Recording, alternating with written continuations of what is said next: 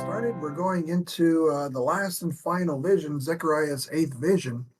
And we've been pretty much going through from, I'd say, the past maybe 4 weeks or so. We've been taking every Sunday and Wednesday, been going through each day a vision.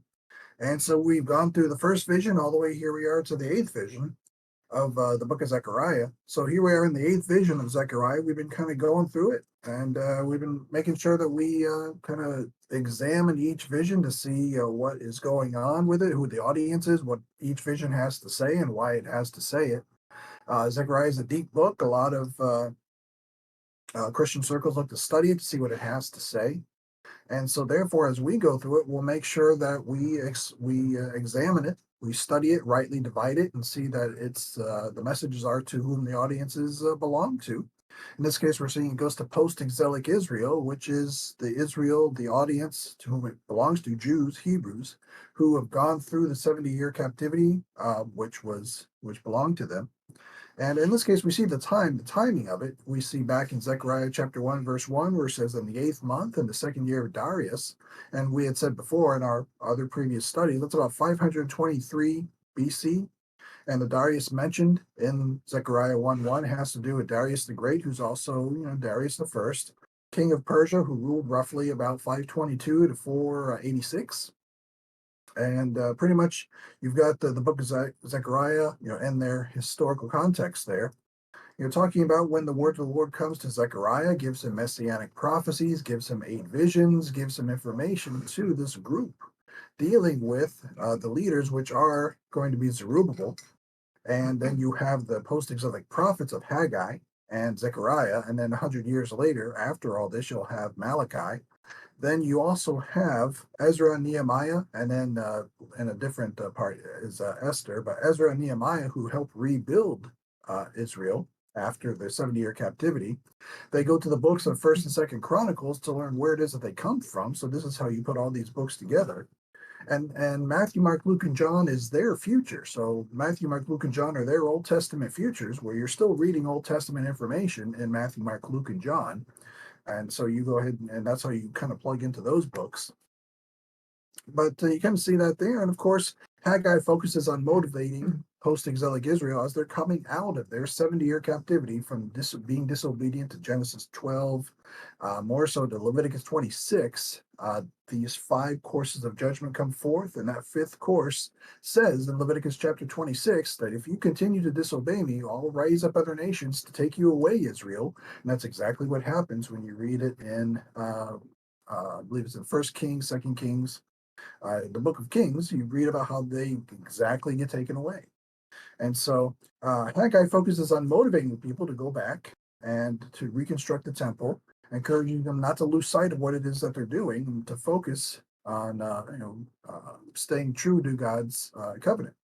Zechariah's prophecies, and again, messianic prophecies, visions, so forth, giving them hope and encouragement. That's what we're looking at, what we've been looking at.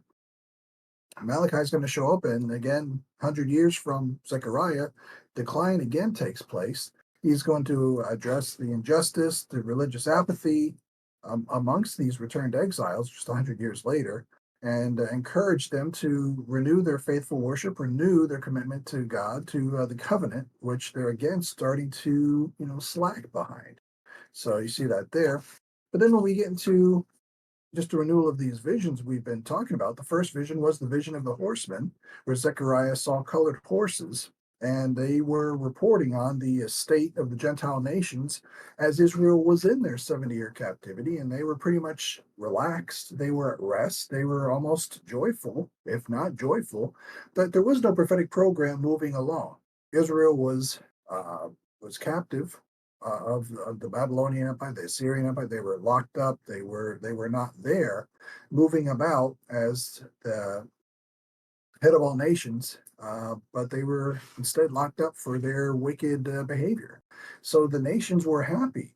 And so that just made the Lord even more displeased with the nations that were at ease. That made him upset. That was the first vision where he saw those different colored horses. I think it was black and red and white and gristled and speckled, as we had saw. We talked, that was the different types of war and bloodshed we had briefly talked about and cross referred it to Isaiah 63. The second vision, vision of the horns and the carpenters, talked about the four horns that had brought Israel into, had scattered them about. We saw Assyria, Babylon, Mede, and Persia up to that point. Now, Daniel 2 goes on and talks more than just, Babylon and Medo Persia. It keeps going on, but you see more taking place after the fact. But then you see this sort of angelic activity taking place. Principalities and powers in the state of what would be carpenters go and they're going to tear them down. They're going to tear down as carpenters tear things down and make sure that post exilic Israel can go forth with their reconstruction. And then the third vision talks about uh, uh, the angel with even how Jerusalem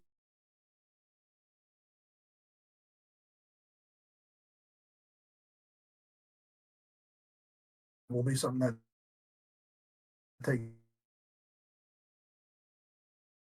where you're supposed to be, Israel. Time is up. You can come back now. And in the end, it's God Himself. You see it in Revelation at the end, will dwell in the midst of Jerusalem. And even when you see two or three Jews, God will be there in the midst of them. That's where you hear that from. Where two or three are gathered, there He is in the midst of them. Well, literally, that'll take place in the kingdom.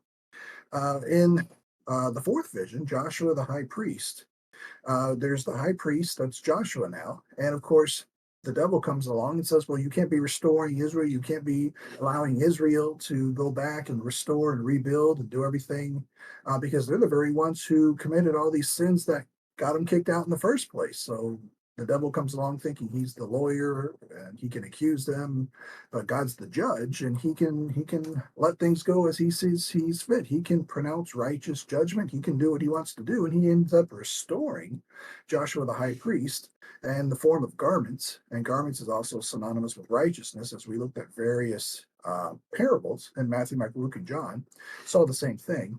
And so Satan comes to accuse, and Joshua gets restored.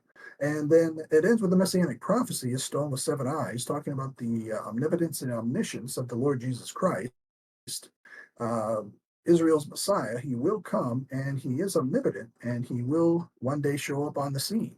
That's again their future, Matthew, Mark, Luke, and John. So that's the fourth vision. And into the fifth vision, you saw the vision of the golden lampstand and the olive trees, talking about this provision that comes forth on the two anointed ones, which according to what we're seeing here, and so for all these visions, the audience is post-exilic Israel. The two that are anointed are Zerubbabel and Joshua. So far, we saw Joshua alone in the fourth vision, and so we're seeing more Zerubbabel, the leader, and Joshua, the high priest, who through the rebuilding of Israel, they're going to go forth and set things up. And so those five visions were visions of encouragement. Then we got into the three that are still encouraging, but they bring about more so the wrath and the destruction of nations and the establishment of the kingdom. And post-exilic Israel knows these promises are going to happen. They're just not exactly sure when is this going to take place. They don't have the timeline completely fulfilled. There's still more prophecy that needs to come to pass as far as Malachi, Matthew, Mark, Luke, and John, Book of Acts, so on and so forth. The Lord will die on the cross at some point. Hasn't happened yet in the book of Zechariah. But there's going to be three visions of wrath and judgment. So you get to the sixth vision. It's the vision of the flying scroll, representing those, it represents essentially the curse of God's law. You've got in the covenant, Leviticus 26, you've got blessings, you've got cursings. Those who break God's law, 613 points of law, if you fail to obey it, you don't want to obey it, and you're in the prophetic program, you get curses. And so, for all those who broke it, especially those who are thieves and blasphemers, you're going to get curses. It announces or the consequences kind of seep into the very household of the individual, down to the timber and down to the stones of the house itself is where the sixth vision goes into. Then you got to the seventh vision, which we were just into a couple days ago, talking about an ephah with a woman in it, talking about two women with stork wings bringing this ephah full of wickedness into Shinar, which is the city of Babylon, and they establish it there. The world pretty much puts wickedness on a pedestal. And this also will take place in the ages to come. And so Babylon will be rekindled and moving about, and the Antichrist will use it. And we kind of saw that in the seventh vision. So the sixth and seventh vision, we're seeing more so God dealing with the Gentile nations, their wickedness, Babylon and its wickedness. And you can also cross refer all this to the book of Revelation. Now we're getting into the eighth vision. It's sort of like a wrap up almost. So, as we get into the eighth vision, what we're going to get into as we look into it, now Zechariah gets into and he sees four chariots emerging from between two mountains of brass.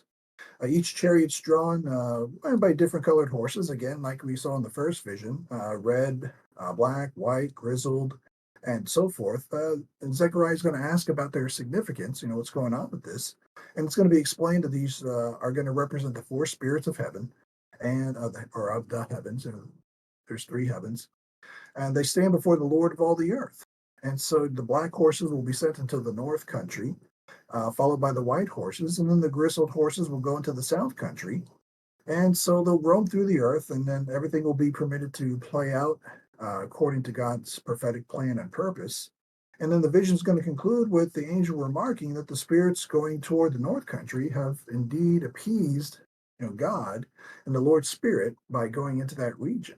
So we'll see that just in these last or first 8 verses here in Zechariah chapter 6. So now we'll go into it. And we'll see here in Zechariah chapter 6, verse 1 says, And I turned and lifted up mine eyes and looked, and behold, there came 4 chariots out from between 2 mountains. And the mountains were mountains of brass. So this is how he's starting out. And he describes it. He says the first chariot were red horses, and the second chariot black horses, and the third chariot white horses, and then the fourth chariot grizzled and bay horses. And verse 4 says, And I answered and said unto the angel that talked with me, And what are these, my Lord? So you see just in the first 4 verses there, you're seeing the description of what he's seeing.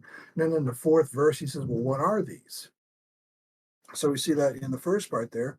But we've seen in the Lord's word before, rightly divided, as we go through it. We've seen chariots before in Scripture. It's not like this is kind of a shocker that this comes up. But we see there it says, And I turned and lifted up mine eyes and looked, and behold, there came 4 chariots out from between 2 mountains, and the mountains were mountains of brass. So that's how the visual starts out.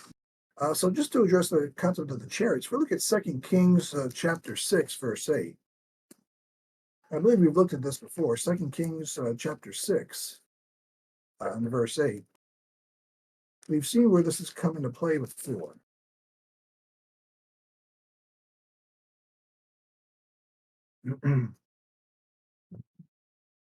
And what we see here, let's see, this is where I want to look at.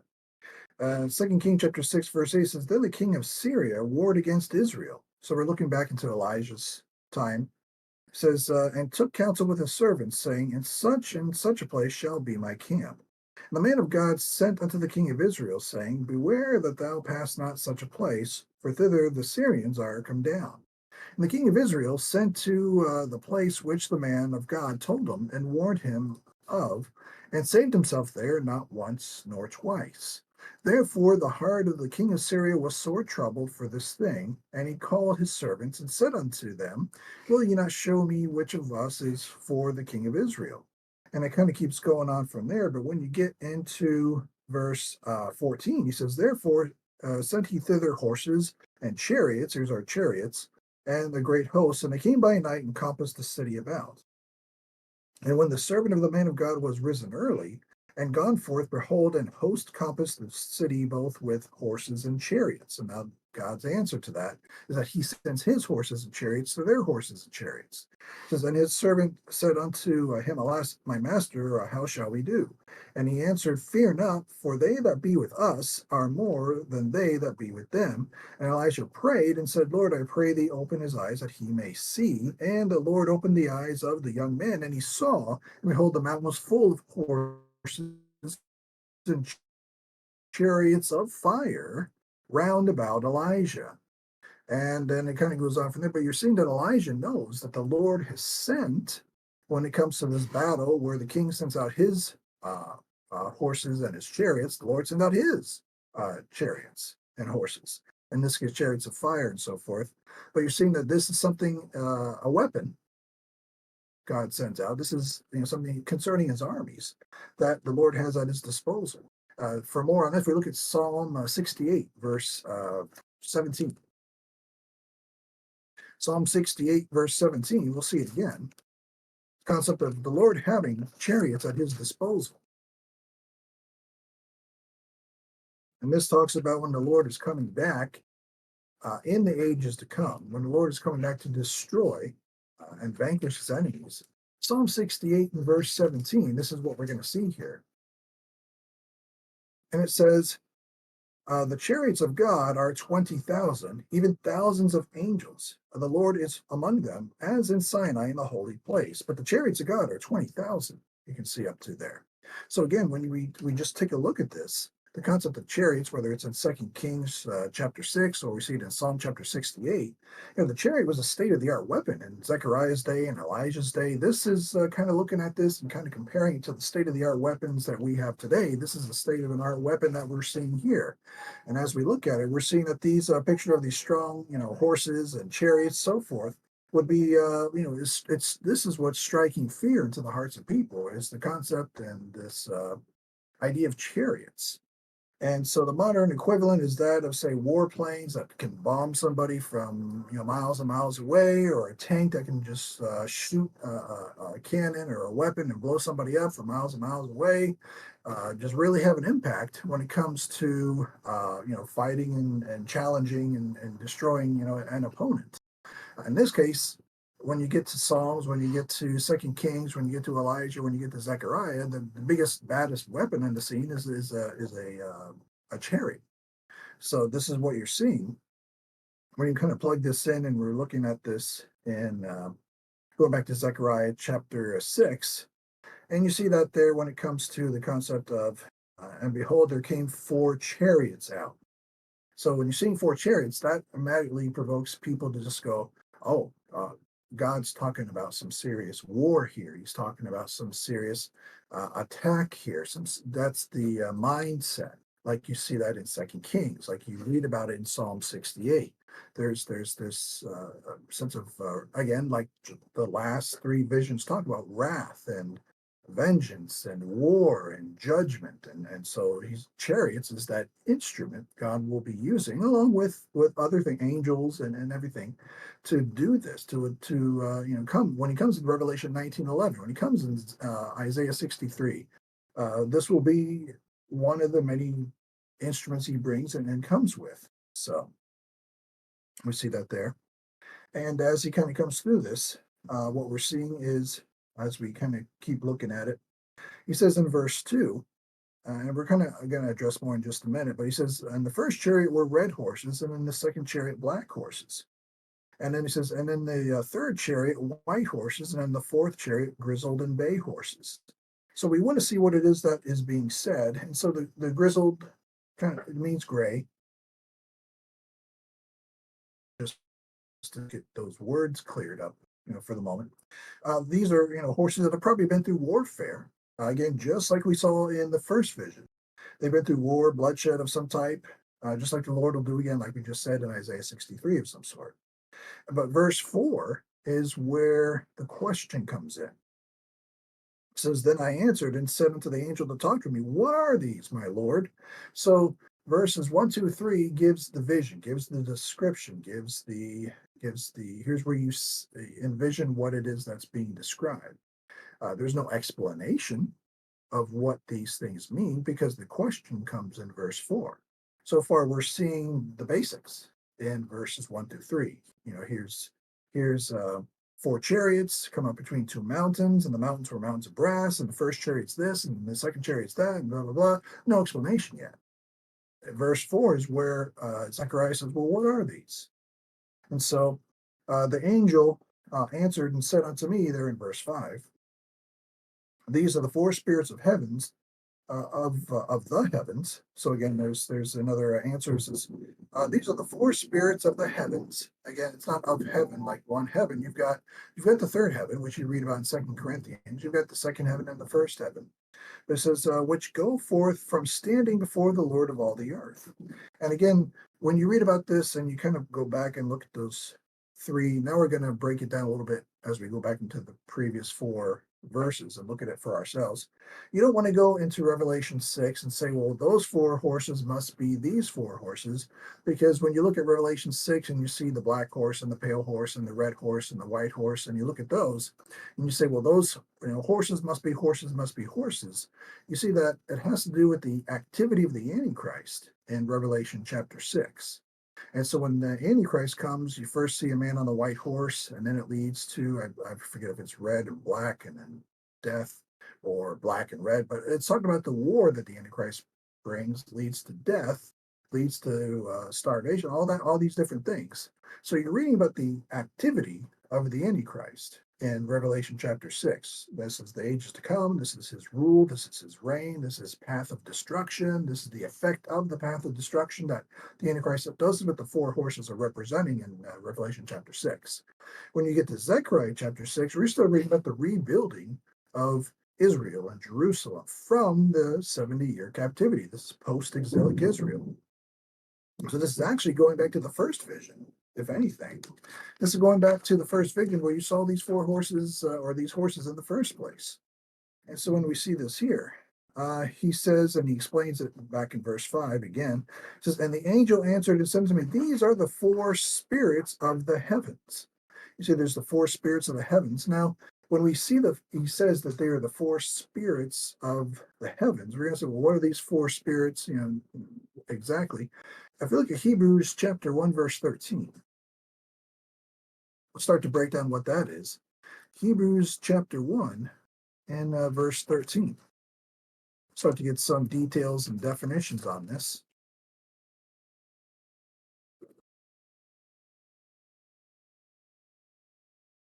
And so when we go there, and we're looking at, of course, Zechariah chapter 6, verse 5, and we're going to cross-refer it to Hebrews chapter 1, verse 13. It says, but, and this, of course, talking about the Lord Jesus Christ, but he says here, but to which of the angels said he at any time, sit on my right hand until I make thine enemies thy footstool? Are they not all ministering spirits? The angels, spirits, ministering spirits, sent forth to minister for them who shall be heirs of salvation. So you're seeing that the angels are ministering spirits. If you look at Psalm 104, verse 4, Psalm 104 and verse 4, you'll see it again.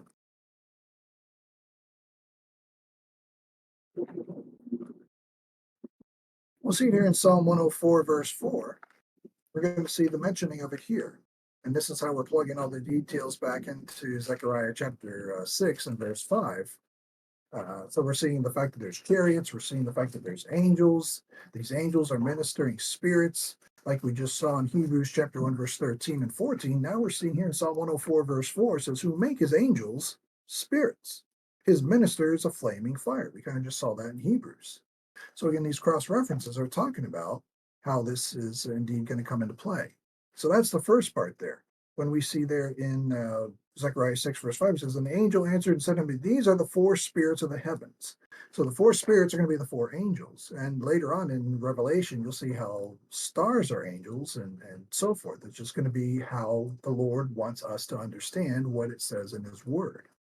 And so then the other part is you'll see these are the four spirits. So now we have four things going. We have things grouped in four. So that's another thing. If we look at Revelation, I think it's going to be chapter 7 and verse 1. Revelation 7, verse 1.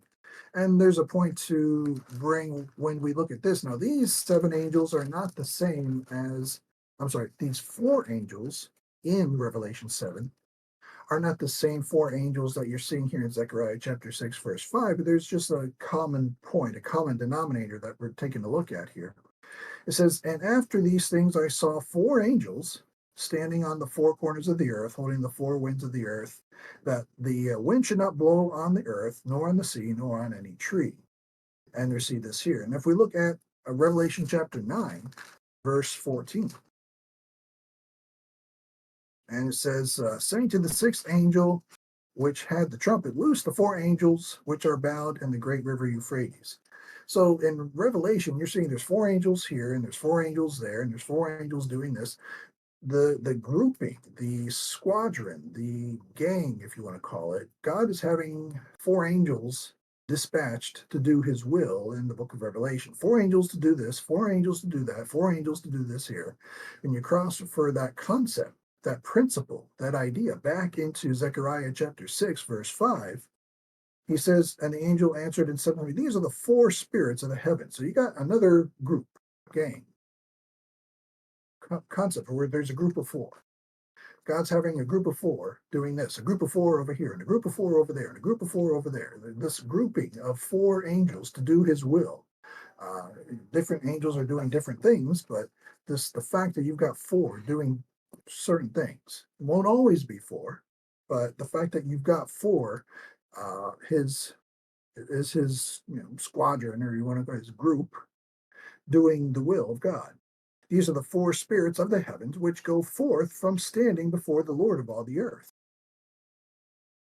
And so we see this, mentioned here. It's kind of like representative of angelic activity on the earth in the ages to come. And when you read the book of Revelation, as I'm sure we all have at some point, you see a lot of angelic activity taking place in the book of Revelation, especially Hebrews through Revelation. You see a lot of angelic activity taking place in the future, in the ages to come.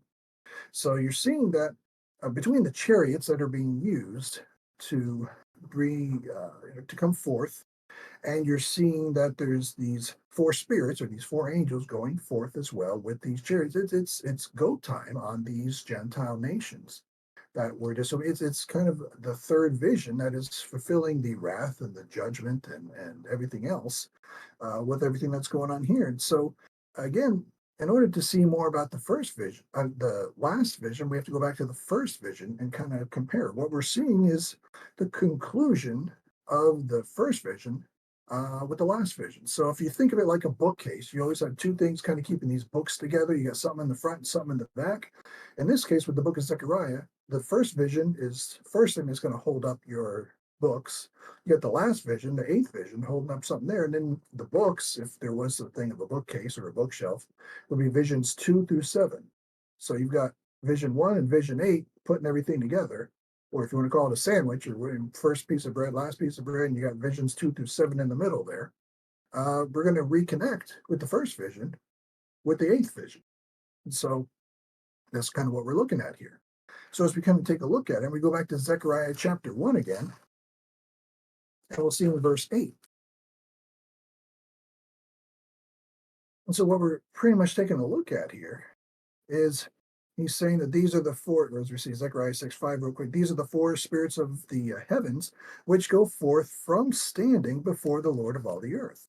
Well, Zechariah chapter 1, verse 8 says, I saw by night, and behold, a man riding upon a red horse, and he stood among the myrtle trees that were in the bottom, and behind him were their red horses speckled and white. So this is how we're starting out. This is how we're seeing it. We drop into verse 11, and they answered the angel of the Lord that stood among the myrtle trees and said, we have walked to and fro through the earth, and behold, all the earth sitteth still and is at rest. That's where they started at. Verse 15 says that the Lord is very sore displeased with the heathen that are at ease, for he was a little bit displeased, and they helped forward the affliction. Well, here we are in Zechariah chapter 6. It's time to forward the affliction. It's time to bring it on. It's time to bring that affliction and forward it. And we, of course, we see that in the book of Revelation when it actually comes to pass, when the promises of forwarding the affliction comes into play, when these promises, now, of course, post-exilic Israel doesn't know if the forwarding of the affliction is going to actually come into play next Tuesday, 5 years from now, 500 years from now. They don't know when that's going to happen, but they know it's a thing that will happen. And of course, we know from where we're sitting in a Pauline perspective, Zechariah being the past, Matthew, Mark, Luke, and John being Old Testament. Uh, Here we are now in the dispensation of grace, having Romans through Philemon as our body of data today that fits for where we are right now, and Hebrews through Revelation being our future. That what we're seeing is that this is a piece of information where Hebrews to Revelation will be what we're reading about, the fulfillment of the wrapping up the Gentile nations, the establishment of the kingdom. We'll see in a little bit, but the destruction of God's enemies we're seeing here. And so the first vision says, well, we're looking around the earth, we're seeing that the Gentile nations are at ease, they're comfortable at the fact that there is no Israel, they've been taken away for 70 years. And God says, well, we're going to forward the affliction on that. Now we're seeing this is when, or we're seeing the fact that when it takes place, it's going to look a little something like this. And Revelation cross refers to Zechariah 6. So, well, we see this here in verse 5. These are the four spirits of the heaven which go forth from standing before the Lord of all the earth. That's what we were seeing in Zechariah chapter 1. We were seeing that in verse 8, verse 11, and verse 15. These are those who will help to forward the affliction on those Gentile nations. So we see that there. And so many of the commentaries, when we kind of go back, I kind of skipped the part, I want to go back to it. We go back to Zechariah chapter 6, verse 1. And so what we're seeing, we kind of took a look and we saw that the black, red, white, and speckled, we know it goes back to what we saw in Zechariah chapter 1, black, white, red, speckled is the horses with the blood on them in the war and everything. What we covered in the first vision is kind of where we are again here in the eighth vision. But you see here it says in the first verse, four chariots from between two mountains, and the mountains were mountains of brass. So when you get to this, two mountains, mountains of brass, many commentators, when you go through and you take a look at this, they'll say it's a multitude of different things. So they'll take a look at this and they'll say, well, the two mountains are clearly Greece, or the two mountains are clearly Mede and Persia. The two mountains are clearly Mount Sinai and Mount Calvary. The two mountains are law and grace. The two mountains are, well, you don't, the verses actually don't say what the two mountains are. So if it helps, if you're going to go forth and teach a study and it helps you that you need to plug in Greece or plug in Rome or plug in law and grace, or if you need to plug in your own thing, you can do as you see fit if it's going to help your study or help your students or help your group or help whatever. But the word of truth is not saying the two mountains are uh, X, Y, and Z or A, B, C, and one. It's not saying what it is, but it is saying that in the vision there are two mountains. So, and they're mountains of brass. And of course, you can refer, brass. You see brass all over the word of truth.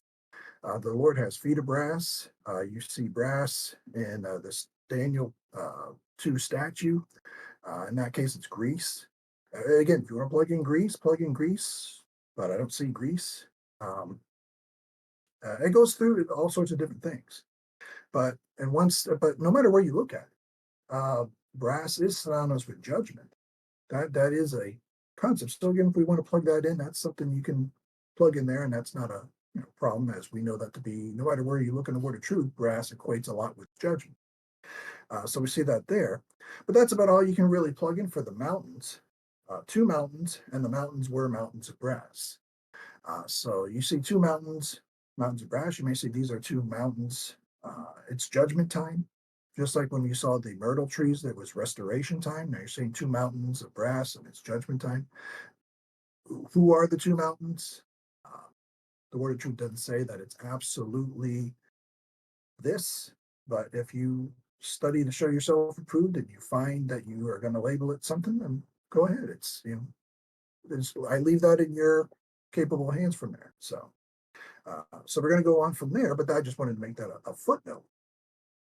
But if we remember from, as we kind of go on, the sixth vision, God's judgment was on his people, unbelieving Israel, when he promised to purge and purify his people based on those sins of stealing and blasphemy.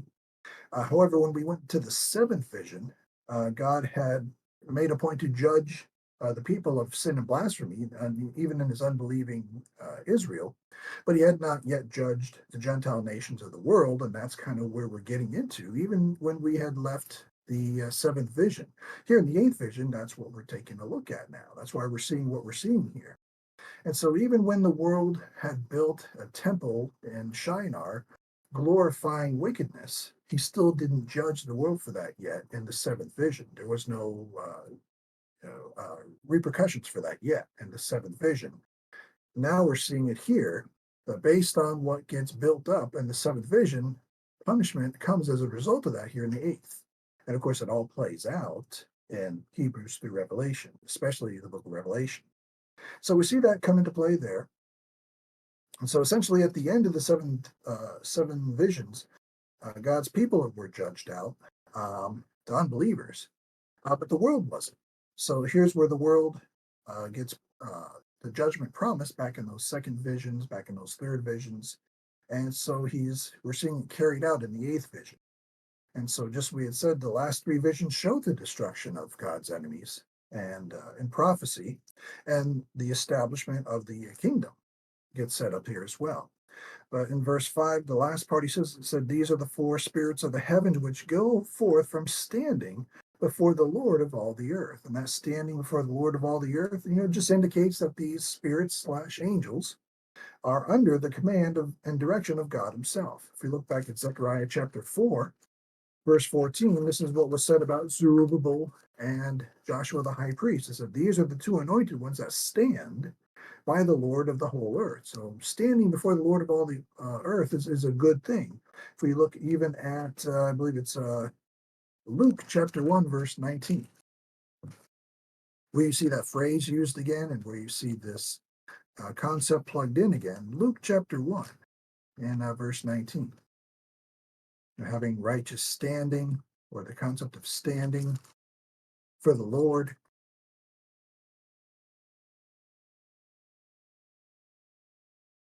It says, and the angel answering said unto him, I am Gabriel that stand in the presence of God, and I am sent to speak unto thee and to show thee these glad tidings. And he goes on from there. But the concept of standing in the presence of God, standing before the Lord, you see in Zechariah chapter 4, you're seeing in Zechariah chapter 6, where it says that which go forth from standing before the Lord of all the earth. Again, mentioning Gabriel being who he is, and we're seeing the four spirits being the four angels of the three heavens. Again, we know three heavens by seeing it in 2 Corinthians and throughout the whole Bible that there are three heavens.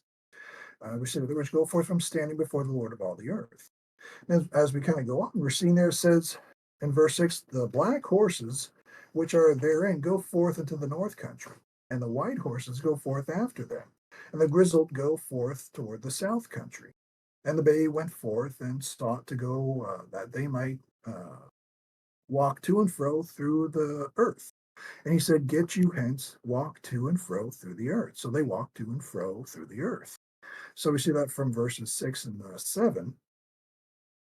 You're seeing again about the black horses, which are there and go forth into the north country. This is kind of the sequence of who's going where. Who goes first? The black horses, they go into the north country, and the white go forth after them. The white's going in after the black, and says, and the grizzled go forth toward the north country. And so you're seeing the north country would be where Syria and Babylon once ruled. Now it's Medo-Persia that are in that north country. And so you're seeing that there, the Persian Empire now exists. And if you remember, they were even told in the third vision, flee from the land of the north. Now you're seeing that the attack on these northern countries in the ages to come are taking place. The south country is going to be more so Egypt and Edom and Ethiopia. These Gentile nations are essentially being dealt with in the ages to come. And of course, it's not just Zechariah that talks about it. Other prophets mentioned that these nations would be dealt with through this multitasking of angelic activity in the ages to come. If you look at Joel chapter 3, it's mentioned there as well. So there, Joel chapter 3, I believe it's in verse 19.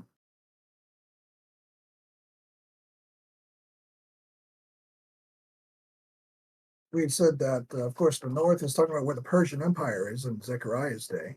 So then the south country is going to be more so Egypt, Edom, Ethiopia. Joel chapter 3, verse 19 says, Egypt shall be a desolation, and Edom shall be a desolate wilderness for the violence against the children of Judah, because they have shed innocent blood in their land. It goes, but Judah shall dwell forever, and Jerusalem from generation to generation, for I will cleanse their blood that have not cleansed, that I have not cleansed, for the Lord dwelleth in Zion. So there's going to be this, cleansing of all the Gentile nations. And, you even see it in Matthew 25 about the sheep nations, goat nations, that type of thing, judgment and so forth.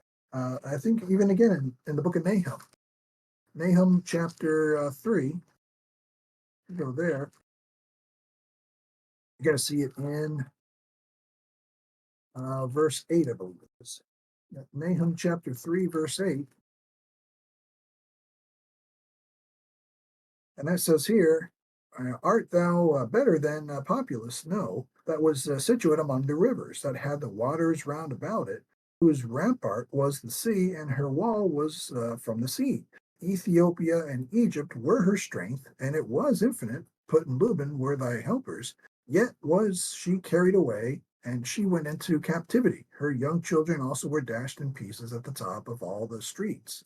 And then it just goes on and on how these southern countries and northern will be dealt with in prophecy, uh, according to what the Lord has planned.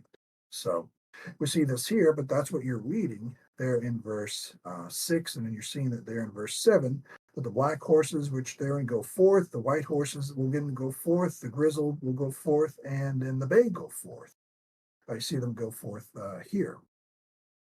These type of squadrons go forth, and so they'll go forth and they'll do this, and pretty much as we read about it there, you're seeing that again, just like with the mountains of brass, they'll try to say that the black horses and the white horses and the red horses and the grizzled horses, that these all have some sort of historical context, or they have some apocalyptic super meaning, or they have some sort of reference to God's ultimate control. And so again, they're throwing more at the verses than what they actually mean, when it's just showing you in the vision that the black horses are going to deal with the northern countries. The white horses are going to deal with the southern countries. Is it southern? I think it is. No, the white horses go after into the northern countries, but the grizzled go forth into the southern country. That's it. Northern countries need to be dealt with. Southern countries need to be dealt with in God's prophetic program. It's just that simple. It's not a super deep, meaningful thing where it's kind of like overthinking and saying, well, the black horses secretly mean that that's God's sovereignty and omnipotence, but the white horses are really talking about God's love and God's power. It's really not that about that. It's just showing that northern countries need to be dealt with. We're going to send a squadron of angels over here to deal with them. And you'll see it more in the book of Revelation, where all people are dealt with who are not obedient to the Lord Jesus Christ. You'll see it so mentioned when the grizzled and bay horses are sent into the southern countries. And pretty much all countries are dealt with. You see it in the sixth vision, the seventh vision, now so more so being implemented in the eighth vision. That's all it's really looking to tell you. It's not looking to say based on the sequence, based on the colors, based on it's kind of uh, overthinking the process. It's just this is what's going on. Simple. It's more so simple than it is overcomplicated. So it's just meant to tell you that. So it's representing angelic activity in the book of Revelation. That's the example. That's the point. That's the meaning. But we see there it says in verse 6, that it goes forth there. Verse 7, and the bay went forth and sought that they might go walk to and fro through the earth. And that's kind of what we're seeing there, walk to and fro the earth. And so they walk to and fro the earth. And this is exactly what he was saying in Zechariah chapter 1. You go and walk through to the earth, go do it.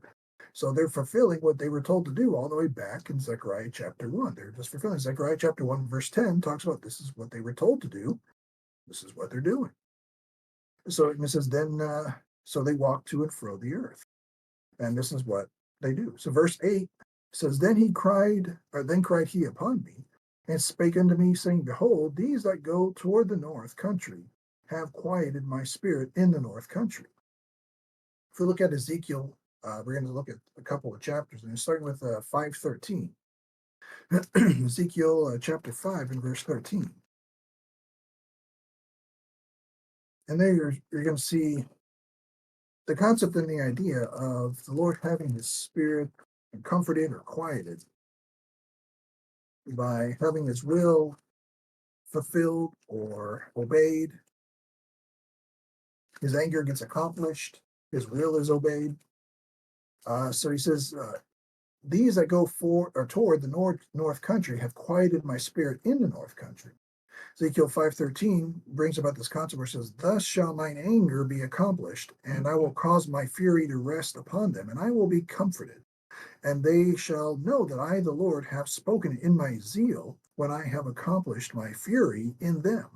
In this case, we're seeing it in Zechariah dealing with the the four angels with their chariots, dealing with everyone they're dealing with in what will later on be the book of Revelation, fulfilling more information through the Apostle John to Israel.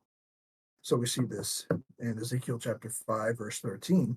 If we continue on, we'll see more. It's Ezekiel 16:42.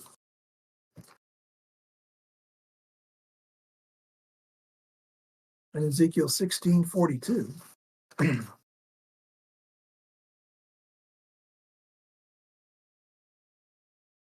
he goes on to say here, he says, so will I make my fury toward thee to rest, and my jealousy shall depart from thee, and I will be quiet and will be no more angry. Again, this idea where you're saying his spirit is quieted comes into play here. Then if you look at it, Ezekiel 16, verse 63, kind of see it again.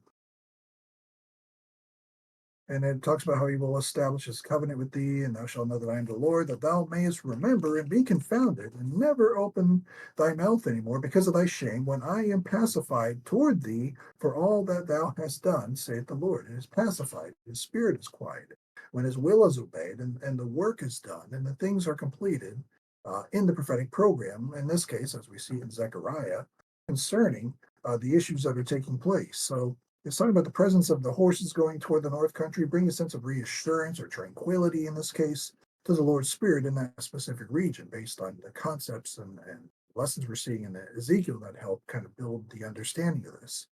God's purposes that are fulfilled concerning earthly dominion. That's what prophecy is all about. Takes place in that. So again, this is something that's seen in Zechariah's day, that all these things will come to pass, all of these things will take place, showing God's authority over the world's events in the ages to come, over the nations in the ages to come. And so we see his role as the orchestrator, we see his role as in judgment and restoration, and his ability to send out these spirits, these angels, these agents of his wrath and judgment in the ages to come. That these will be all things that take place. And those are his plans and his purposes. It's almost like what you're seeing is Revelation chapter 6 through Revelation chapter 19, all through the eighth vision, or the sixth, seventh, and eighth vision, Revelation chapter 6 through Revelation 19. And so that's kind of what you see in that eighth vision. Now, as a bonus, you get into verses 9 through 15. And so we'll read that real quick because you see more information. If we're seeing the destruction of the enemies and the wiping out and the foundation being laid for the kingdom, but the kingdom's not set up just yet, then 9 through 15 talk about kind of bonus material we're looking at here. We're seeing some bonus information here because we're seeing that the six, and some of the studies on the eighth vision do say Zechariah chapter 6 verses 1 through 15. Others say Zechariah chapter 6 verse 1 through 8.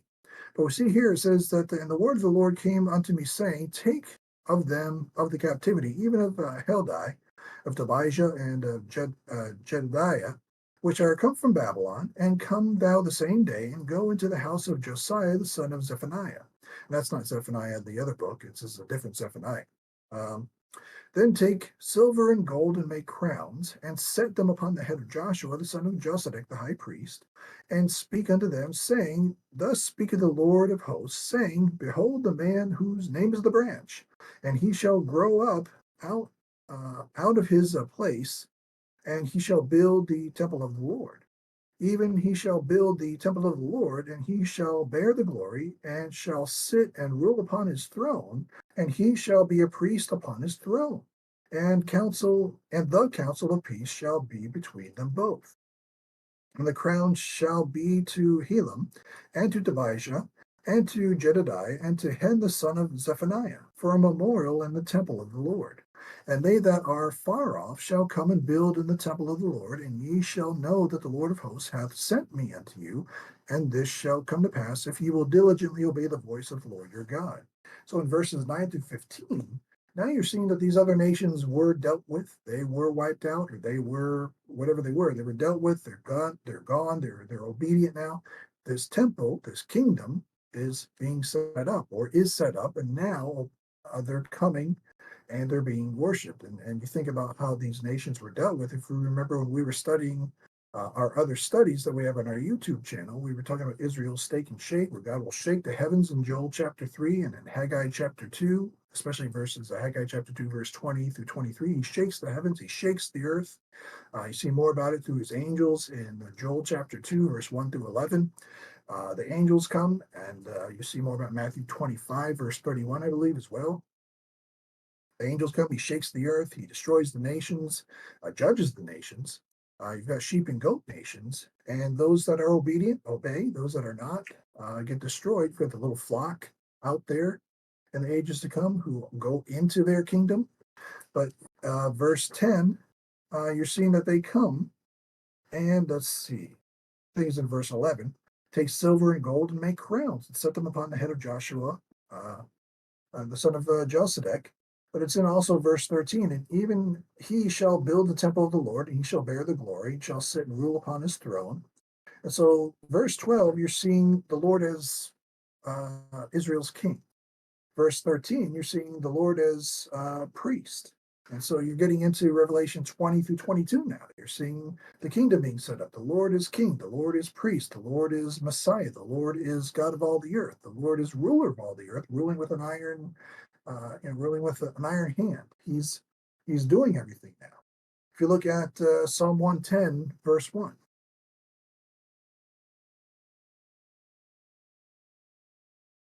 Psalm 110, verse 1, this is kind of where you're seeing where he's ruling as priest. The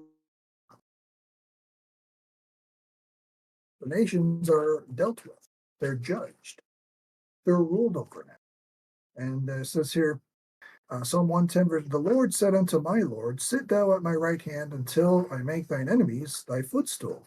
The Lord shall send the rod of thy strength out of Zion. Rule thou in the midst of thine enemies. Thy people shall be willing in the day of thy power, in the beauty of holiness. From the womb of the morning thou hast the dew of thy youth. The Lord has sworn and will not repent. Thou art a priest forever after the order of Melchizedek. So you're seeing that he's a priest in the kingdom. He's also a king in the kingdom. He's also a Messiah in the kingdom. So we're seeing this come into play through Zechariah chapter 6, verse 12, Zechariah chapter 6, verse 13, Psalm chapter 110, chapter 110, verses 1 through 4. If we look even at Hebrews chapter 3 and verse 1. Hebrews chapter 3, verse 1, where we were just talking about the order of Melchizedek, you kind of see it again here. Hebrews chapter 3, verse 1. And it goes forward to say, wherefore, holy brethren, talking about Israel, partakers of the heavenly calling, our profession, Christ Jesus. And again, you see the heavenly calling, you think, well, I thought the body of Christ was the heavenly calling. We go into the heavenly places, but they do have a heavenly kingdom, the kingdom of heaven that comes down to earth. That's their heavenly calling. So he says, consider the apostle and high priest. The Lord is the apostle, the Lord is the Messiah, the Lord is the king, the Lord is the high priest of our profession, Christ Jesus, who was faithful to him that appointed him, as also Moses was faithful in all his house. For this man was counted worthy of more glory than Moses, inasmuch as he who hath builded the house hath more honor than the house. For every house is builded by some man, but he that built all things is God. And Moses verily was faithful in all his house as the servant for a testimony of those things which were to be spoken after.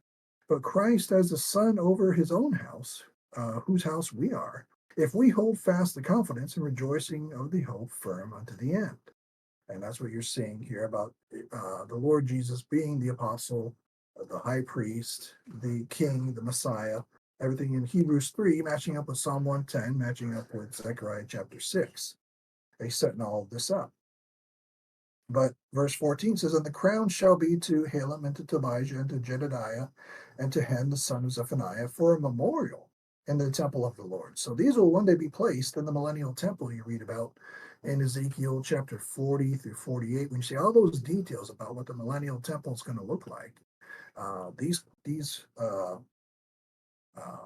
was it crowns are going to be placed in there one day. These crowns will one day be placed in there as a memorial. for a memorial in the temple of the Lord. So you'll see some things in there going, there'll be literal memorials of this time in Zechariah's day when they were rebuilding the temple from the 70-year captivity. These crowns will be placed in there from Haggai's day, from Zechariah's day, from Zerubbabel's day, and Joshua the high priest's day, and Ezra and Nehemiah's day. All these will be placed in the millennial kingdom for a memorial. And it says, and and they that are far off will come and build in the temple of the Lord, and ye shall know that the Lord of hosts has sent me. That's what you see. If you look at Zechariah chapter 8, verse 22, you see that there's going to be many that come from far off and come to the temple of the Lord. And it says there in Zechariah 8:22, yea, many people and strong nations shall come to seek the Lord of hosts in Jerusalem, and to pray before the Lord. Thus saith the Lord of hosts, in those days it shall come to pass that 10 men shall take hold out of all languages of the nations, even shall take hold of the skirt of him that is a Jew, saying, we will go with you, for we have heard that God is with you. This is when the kingdom is established and set up. Not so much what you're seeing in the first part of Zechariah 6, where all nations are being dealt with by this angelic army and squadron of 4 that are being sent out to destroy. Again, this is the representation in the vision given to Zechariah that there will be angelic activity destroying God's enemies. And you read about it in Revelation, especially in chapters 6 through 19. The latter part of Zechariah 6 is more so Revelation 20 through 22, the restoration of the kingdom, the establishment of the kingdom, the ruling of God in the kingdom, and paradise restored is kind of what you're seeing there. And that's sort of like, as we were saying, the sandwiching of the visions, where the last vision matches with the first vision. And so you see that there, that the last vision matches the first vision, and in between these two visions, you've got vision 2 to vision 7. So we see all this there. And then when you want to even see just a glimpse of what the Lord looks like when you see him as high priest, when you see him as king, go to Matthew chapter 17. And so this area makes sense here. What does the Lord look like when he's in the kingdom and he's glorified and he's ruling and reigning as Israel's high priest, and he's ruling and reigning as Israel's king, or as we saw from Hebrews 3, the apostle, the king, the high priest, the ruler, the glorified king of all the earth. Matthew chapter 17 and verse 1. He shows what he's going to look like to Peter, James, and John. He's saying, this is just a glimpse of what I'll be in the kingdom. He says, and after 6 days, Jesus taketh Peter, James, and John, his brother, and bringeth them up into an high mountain apart, and was transfigured before them, and his face did shine as the sun, and his raiment was white as the light. And behold, there appeared unto them Moses and Elias talking with him. And answered Peter and said unto Jesus, Lord, it is good for us to be here. If thou wilt, let us make here 3 tabernacles, one for thee, and one for Moses, and one for Elias. And while he yet spake, behold, a bright cloud overshadowed them, and behold, a voice out of the cloud, which said, This is my beloved Son, in whom I am well pleased, hear ye him. And so you see that from verse 5, but he said, it's what Peter says in verse 4. He says, it is good for us to be here. If thou wilt, let us make here 3 tabernacles. Well, Peter, of course, numbers weren't, chapter and verses weren't given, here in Matthew 17 during the book of Old Testament book of Matthew, Mark, Luke, and John. But Peter says here, it is good for us to be here. If thou wilt, let us make here 3 tabernacles. He says that because of the book of Zechariah. So if you go to Zechariah chapter 14, and we'll see it in 16. Why did Peter say that? Why did he say, it's good that let's build 3 tabernacles. Let's go, Lord. Because he thought that it was time for the kingdom to be set up. But the Lord kept saying, you have to suffer, to get into this kingdom. We're not just setting up the kingdom without some suffering taking place first.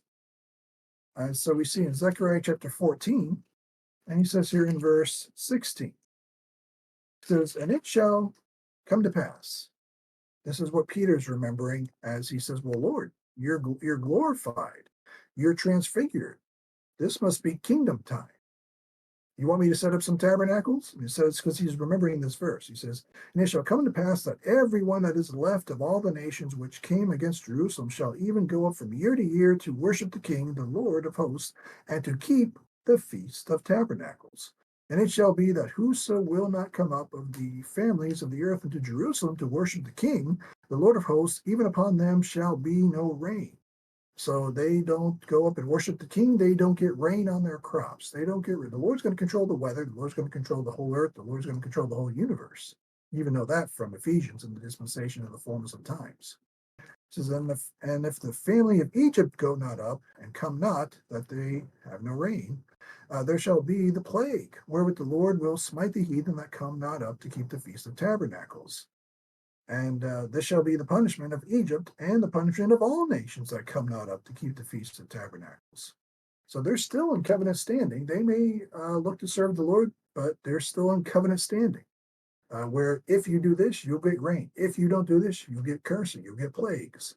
So we see this come into play that even after the kingdom is set up, it's still based on you. You need to continue to be obedient and worship and serve the God of all the earth. Otherwise, you don't get the blessings that come with worshiping this ruler.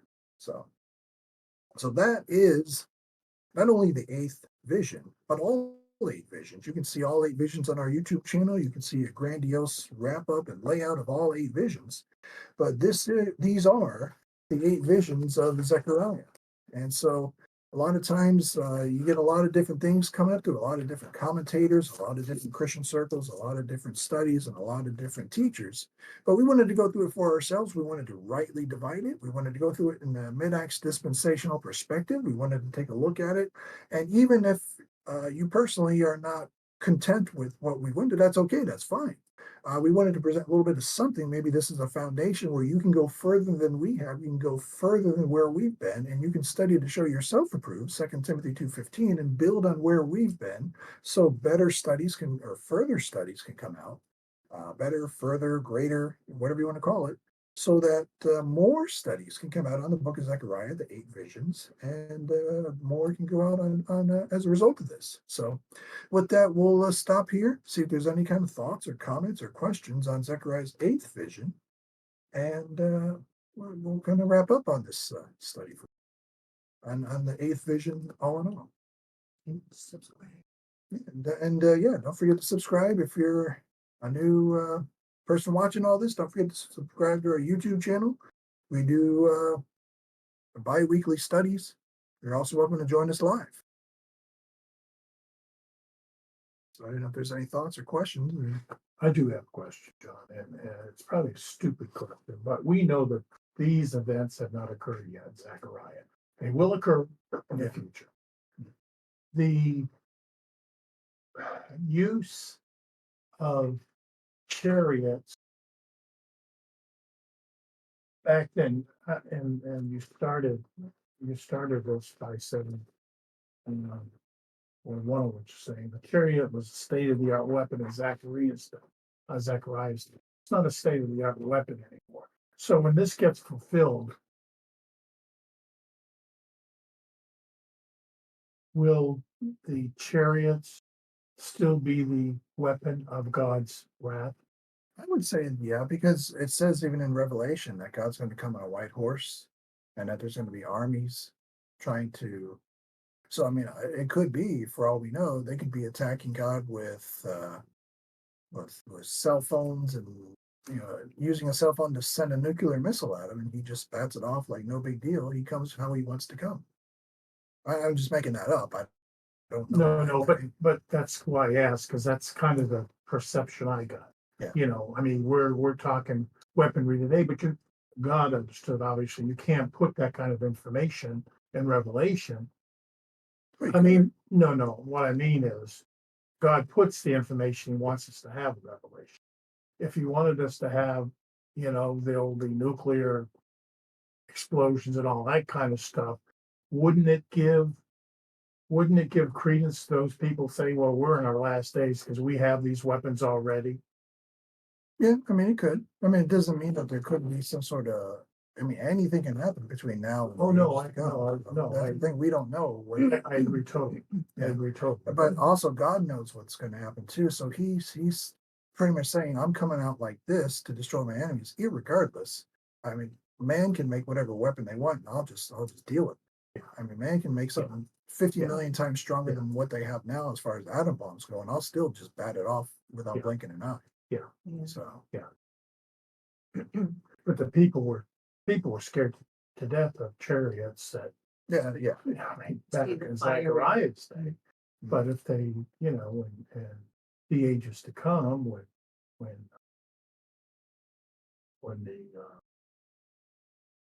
Well, things start occurring, I mean, that's kind of a different. well, we don't know how far backwards we're about to go too. Yeah, that's true. And the other thing, by this Yeah, point in okay. time, We may not be, if there is a war. Oh, I see what you're saying. When we Back get in caught time. up, you don't know. The Well, whole situation's referring well, back to. you hope we get caught up before we get sent backwards. if you say No, that's the if case, there's some sort of war or whatever, you hope we get caught up before that. But we could be sent backwards in technology and whatever, and we're just sitting here at our dinner table. I mean, God can do anything he wants. If he wants to send a babe out there, with or David, like with the Well, slingshot. I'm not talking about that we're going to go through prophecy. I'm not talking about we're going into prophecy. I'm just saying that if mankind can do anything to where, Wipe itself out. they can wipe itself out in the dispensation of grace, and we're back to Yeah. communicating through. Yeah, but we'll still, at some point, we're still gonna get caught up. I mean, Oh, yeah, all those things can happen, Yeah, obviously. Yeah. And it may be at a future time when we do get caught up and then things start occurring after that, not like we know they will. Yeah. But you just open the door to remind everybody that the key is being saved. yeah. You wouldn't be safe because you don't know what's going to happen tomorrow with our economy, with the wars, with Right. who's going to do what to who, when, where, and how. You just never know any of these things. Yeah. And because those things are gonna happen, because the things we're going through now, that's certainly no guarantee that that's the being caught up is gonna happen at that time. It could happen. Yeah, but it will happen. Yeah. It will happen. We know it's gonna happen. Yeah. We don't know when it's gonna happen and what the circumstances are going to be. Yeah. From an economic standpoint or from any other. Yeah. Those Standpoint. don't matter. No, Yeah, but you know that through this, you can see that regardless, you just trust that if that's what it says, then that's what will happen. Yeah, regardless of the circumstances here. Yeah, What the Lord says in His Word is always going to be true. yeah. I think one of the things I noticed too, when we were looking through some of the chapters and all that, how it speaks of the Lord and the Lord. But you have to be, I don't know if a lot of people notice that there's capital L, capital O, capital R, capital D, meaning God the Father. And then the Lord, capital Lord, which is the Son. And so what you're saying in some sentences, it uses both of those to show that God the Father is talking about or to, a different part of himself, I guess to say. Well, God, the Godhead is. Yeah, Yeah. within the Godhead. So there's a difference between all caps Lord and capital L-O, small It O-R-D. talks about Jehovah. Yeah. Yeah, Jehovah God. well, like John has said on a number of occasions, it's God's plan. Yeah. But his son is carrying out that. Yeah, and the Holy Spirit in some cases, carries it out as a seal, or it just depends on what's going on with what group of people and what dispensation. But it's the ontological and economic trinity. We've got all three are God, and one is the Savior, one is the plan maker, and one is the seal or the. Well, I like to think of Jesus as the physical manifestation of the Godhead. The fullness of the Godhead bodily. Yeah. Mhm. So that's pretty much with the 8 visions. And so we'll move on to another study, another thing. We may go back to the parables, or we'll move into something Pauline. We haven't been in Paul. We've been looking at things through the lens and the mindset of Paul. So we're making sure we're saying which is the mindset of God in the dispensation of grace, the pattern of Paul. So we've been reading Zechariah through the pattern of Paul. We've been looking at the parables through the pattern of Paul. So we may either go back to the parables or we may study something right from the book of Paul himself, but we're making sure we're keeping things Pauline, keeping things dispensational, keeping things rightly divided through our Treasures of Wisdom Bible study. So yeah, if you're looking to join us, you're looking for a study, you can always join us live. You can always subscribe to our channel, look at our videos as we send them out. But yeah, we'll be back with another study next time. So we're glad everyone was able to join us, able to make it today. We'll continue on with an ongoing study for next time. Bye, everybody. See you soon. See everyone later.